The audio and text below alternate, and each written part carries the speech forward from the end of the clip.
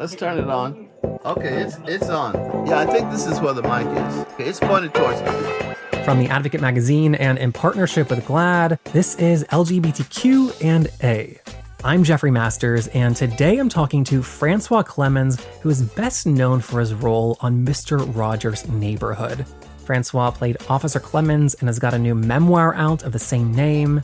What I find so compelling about François is that the singular mission of his life was not to be a celebrity or to be on TV. His singular mission was to be a professional singer. And from 1968 to 1993, when he was on what would go on to become one of the most influential TV shows of all time, that fact never changed. Throughout the filming of the show, he sang at the Lincoln Center with the Metropolitan Opera, he sang across the country with Mr. Rogers, and he even won a Grammy. So today you'll hear us talk about all of that with the now 75-year-old François Clemmons, and yes, he does even sing for us. François also mentions his sister's suicide at one point, a heads up there.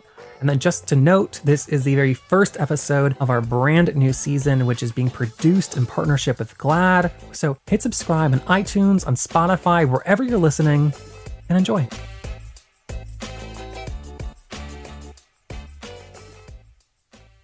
There has been so much written about Mr. Rogers telling you that if you wanted to stay on the TV show, you could not be out of the closet.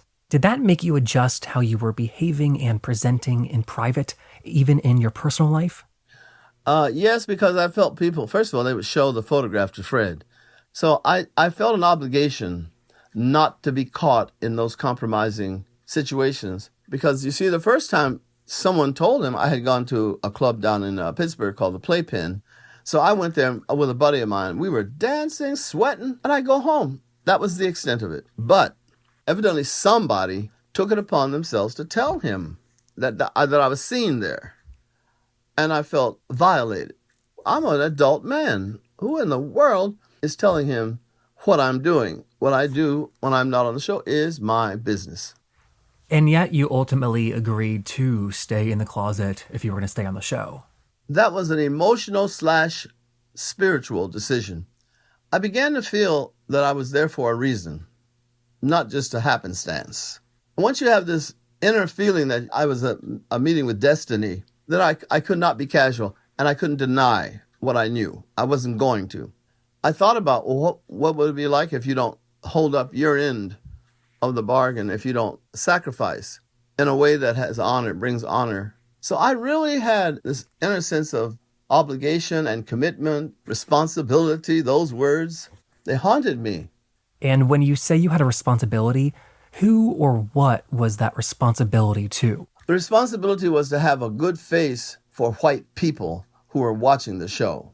Black people were a little different in how they felt about my being on that show. But white people would say, oh, that's terrible. Mr. Rogers was so kind to you, and you are a gay person, and you were caught in that alley or that box top or the back of the truck or somewhere, and that's a disgrace. That's what I felt I could not allow to happen. Were there any out gay black people in the media at that time? No, there weren't a lot out, no.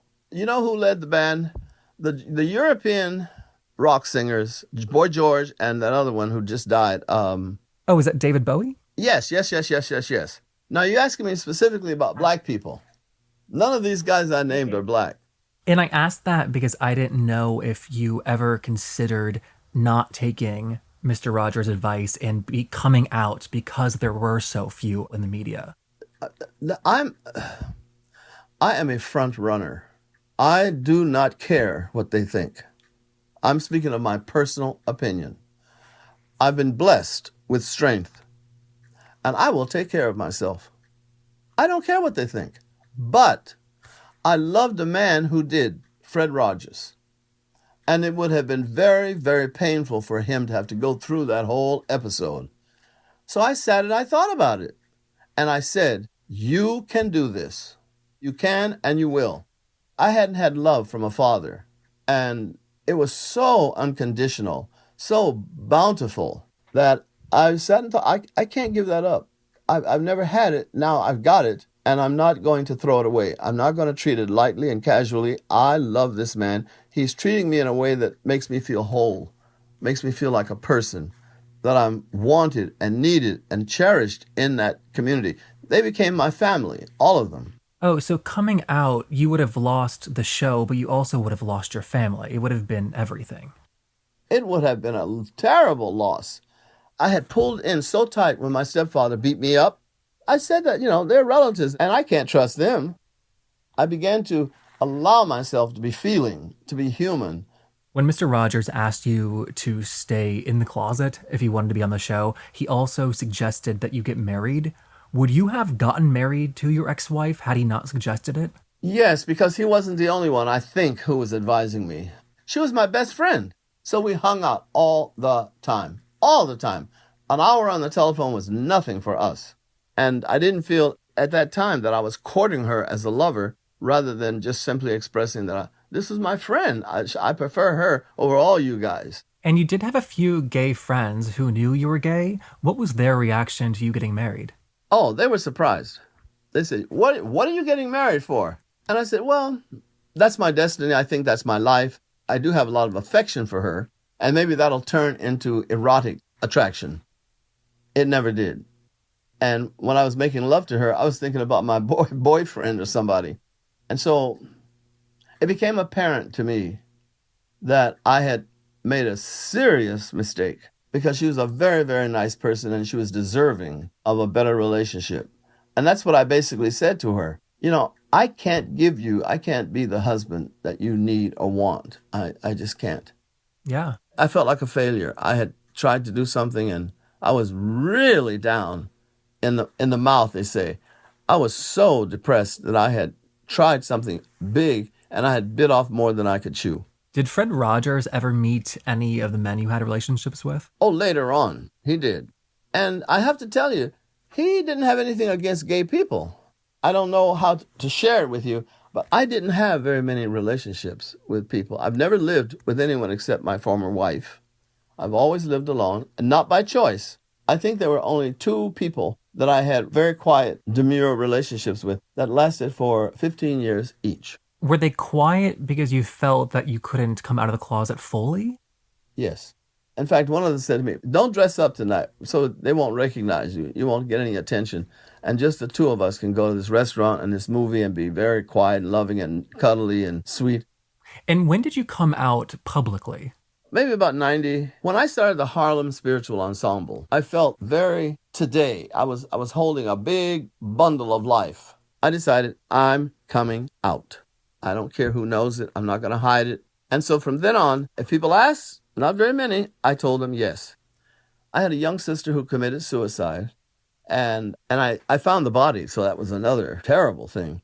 And because of that, she loved nightclub music and, dancing and moving around, and she played a mean piano for a young lady. As a tribute to her, I said, okay, I'm going to put together a nightclub act. And I dedicated it to her. A friend of mine arranged for me to get several nights at the Bushes. And it was a huge success. People came from everywhere saying, oh my God, we didn't know you could sing like this pop music, François. Memories, da da da da da da. But my heart wasn't in it. After a short period, maybe 6 months, a year, I said, why are you doing this? I mean, it's so interesting that you never had a goal to be on TV. The singular focus of your life has been to be a singer, and you did that and you're accomplished. Why is it that you were drawn always to Black spirituals? It seems like that is the type of music you have the most connection with. First of all, I have been brutalized as a kid, so I carried a certain sad wound. I really did. And the consolation was when I would sing, sometimes I feel like a motherless child. I meant that. I feel like a motherless child. Sometimes I feel like a motherless child, a long way from home, a long way from home. Something happens when I go there. And I didn't know it then, but I know now I have access to the ancestors. I'm a different person. Fred said it to me also. He said, François, I heard you sing that concert. You're a very, very different person when you come off stage. When you're on stage, something else is going on. but you have this almost effervescent personality, almost bubbly. Not quite. I'm not a bubble, but I'm a different person, and I know it. And I know that you are a spiritual person. Do you still consider yourself to be religious? Religious, no, in the sense that I don't deal with anybody's dogma. I'm not Presbyterian or Lutheran or Methodist or Episcopal or Baptist. None of that. Catholic, forget it. They were the hardest people against me when I was young, in the sense that they say, if you're gay, you're going to hell. You're an abomination. You're cursed. So I wasn't going to lay down and die. And so I moved on. And I began to find people who did approve and who did nurture and stroke me for the person that I am. And Fred Rogers was one of them. Behind the scenes, you'll never find a kinder person. Never. And he kind of took me under his wing when Dr. King got assassinated. He came to my house. I was living in the ghetto, in the bourgeois ghetto.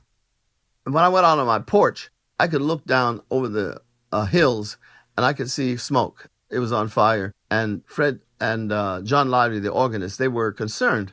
So they called me and said, get your bags together. We're coming over there and get you. And honestly, I stood there and I thought, who am I? My father never did. My stepfather never did. My uncles never did. Well, why are these men doing something because they're concerned about my welfare? Well, I went home with him. I felt very comforted and very protected. That's the word I think I'm looking for. I felt protected. I didn't always feel protected as a kid. During that period of time was when Fred finally said to me, I understand you've been through something pretty raggedy, Francois, and you survived it. Here you are with us. And he said, we want you to be happy. Nobody has said that to me before. And he said, if you need something, you want something, you ask me for it. Ask me. I'm going to be there for you. The way you describe your relationship, it sounds like calling him your friend is not like big enough word, that he was father, brother, everything. You are very perceptive, my friend, and I thank you for lending this situation your insight, because, there are people who put a little niche nuance in there that it was sexual. It was not sexual at all. It was spiritual. It was emotional. He supported me in a way that I had never had. I didn't have money. I came from the wrong side of the tracks, and I was trying to struggle to get my way through grad school and thought I was going to sink. And he came along, offered me a job that gave me some money, and I accepted the generous offer that had been given to me, the program, and now this personal relationship with Fred. And it wasn't just one way. And so he would say, Franz, what does it feel like to go to bed hungry? And it's very difficult to put something like that into words. I knew that my parents didn't have any money. Nobody was eating in that night.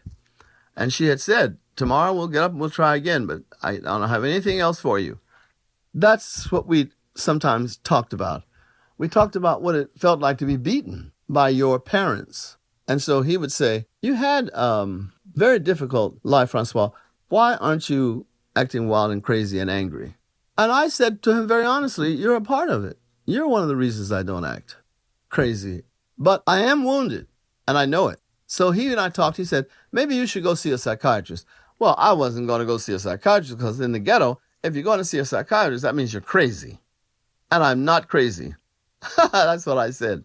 I didn't quite understand the word wound, but I did after he and I chatted. And then I called up at Columbia University, and I was able to just unburden my heart about the pain of being beaten by my stepfather and being rejected by my mother. I used to ask myself, am I a mistake? Daniel asked that on the program. Nobody is a mistake, Lady Aberlin tells him. You're here for a reason. You may have to figure it out. It may take time, but you're no mistake, Francois. And so my heart began to lighten up, ease up. Take it easy, man. Don't be so hard on yourself. What I found is I carry that reservoir. Sometimes I open it up and peek at it, but it doesn't control me anymore. With the violence and abuse that you went through as a kid, a lot of it was shocking. And I just wonder, with you, what you just said now about not letting it control you anymore, how long did it take to be able to say that? 27, 28 years old. Because I was living in New York. I had just moved there for a little while. I separated from my wife. So there were things that had been stirred up that I had to address. You can't pretend. I was miserable. I was walking down the street crying. So I said, that'll never do. One has to have the courage and the strength to look at whatever the problem is, to name it, call it what it is, because that's how you get your power back, and it's how you grow and you are strong. I'm a very strong person, not because I'm mean or I'm making somebody do something, but I make a decision and then I get on with it. You moved to New York City in your late 20s. You actually moved in 1969, the year of Stonewall. And I just wonder, at that time, what did you hear about what happened at Stonewall? Lord have mercy. I moved in August, and it had just happened a month or two before. So I snuck down to the village. I didn't tell my wife where I was going or Fred or anybody. And I went down to the village, and I saw the building. They had swept and cleaned it, so it was almost pristine. You couldn't tell where the violence had gone on. But the spirit of that violence was down there.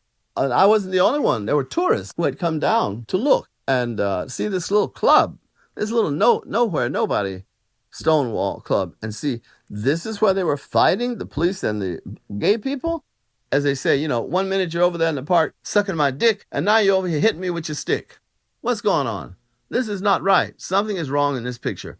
And it was true, because I used to go down to the village as a voyeur. Since I was married, I went down there and looked around, let me tell you. What I thought was, these guys must be crazy because society is going to squelch them. They're not going to get what they're after.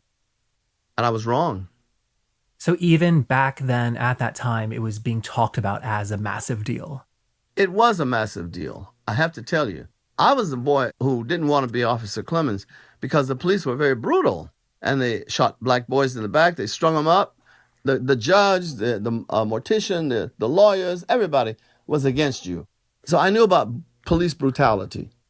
I really felt such pride. I said, I'm alive to see this. I lived, I wasn't that old, but I've lived to see gay people standing up, standing tall, and saying, you cannot push me anymore. I've been pushed enough. And I saw it change. That's amazing. I have one more question for you. And it's about gender. You write really movingly about female opera roles, and you say those are the roles that your soul is in. You wrote this, quote, "It was in those moments that I truly felt like a woman. I felt tricked into my masculine body and existence. I wrestled with my sense of having been misplaced, misconfigured." To me, that sounds like someone who is questioning their gender. And I just wonder if that is something that you still think about and experience today. Well, yes, I do think about it because we have so many trans coming out and making it known that they are trans. When it comes to myself and my understanding, my creativity, that's really where this femininity starts. Over the years, I've communicated with a guardian angel and several guides. I think of it as a gift. And it's beautiful. What they're singing is mournful, painful music of loss and suffering. I'm a better listener than I appear. I think you seem like a good listener. What? I said that I thought you seemed like a good listener. Well, I used to think I was good looking, but I said good listener, a good listener. Listener. I thought you said looker. Well, you know what? I learned from Fred. I watched him. I felt a little bit like, I was on the outer circle. He was in the middle of the hurricane, but I was out there. A lot of times people were not paying me any attention, but I was paying them attention. I didn't want to disturb Fred. He creates a world, and it's wonderful. It's compassionate. It's empathetic. And I would watch and I'd say, I'm going to be like that one day. I want to give in that deep, meaningful way. So I asked him how he does it, what's going on, who, and he told me about the sacred space between him and the camera. Sacred space? And he explained to me that feeling that he has for people when he's doing his television program opens up another channel. And that communication is very sacred to him. And he won't let anybody broach it or interrupt. And I watched him and I said, yeah, I'm going to do that when I'm on stage. I'm going directly into the soul or the heart of that woman or that man. I was at the Metropolitan for 7 seasons. Do you know what they asked me to sing? American Negro Spirituals. At first I was insulted. My goodness, I paid a fortune to to get through Oberlin and to get through Carnegie Mellon. And why can't I sing La Bohème, La Traviata, or Elisir d'Amore, one of those wonderful lyric tenor arias and stuff. And they said, no, please do this. Maestro Strasvogel and Maestro John Gutman said to me, when you sing spirituals, Francois, you connect with the pain that we feel too. We were in Auschwitz together. We were in the death camps in Poland and Austria. And we can't talk about that. As Americans stay up here. They pretend, that they were still having a good time. But we were being killed, our families. We didn't see our mothers anymore. They said, you know what that's like. And when you sing Motherless Child, Swing Low, Sweet Chariot, you know what we're feeling. We know what you're feeling. And so would you please do that for me? So I never again asked why I was singing in the Sweet By and By or Amazing Grace, or Dr. King's favorite song is Precious Lord, Take My Hand. And I'd look up and they were crying. I think that's such an amazing place to leave it at. You've been so generous with your time. Thank you so much. Of course I'll be generous with you. Are you kidding? And that's our show. François Clemmons' memoir is called Officer Clemmons. It's out right now. And if you enjoyed the interview, please hit subscribe. And if you already are, well, feel free to tweet about us, post an Insta story, write an article, text every group chat that you're in. Helping us spread the word is one of the biggest ways that you can help us grow. Thank you so much for that. I'm on Twitter at JeffMasters1. The show's on Twitter at LGBTQpod. Those are both great ways to connect if you want to recommend guests. LGBTQ&A is produced by The Advocate magazine in partnership with GLAAD. Come check out all of our amazing work at advocate.com and glad.org. We'll see you next week.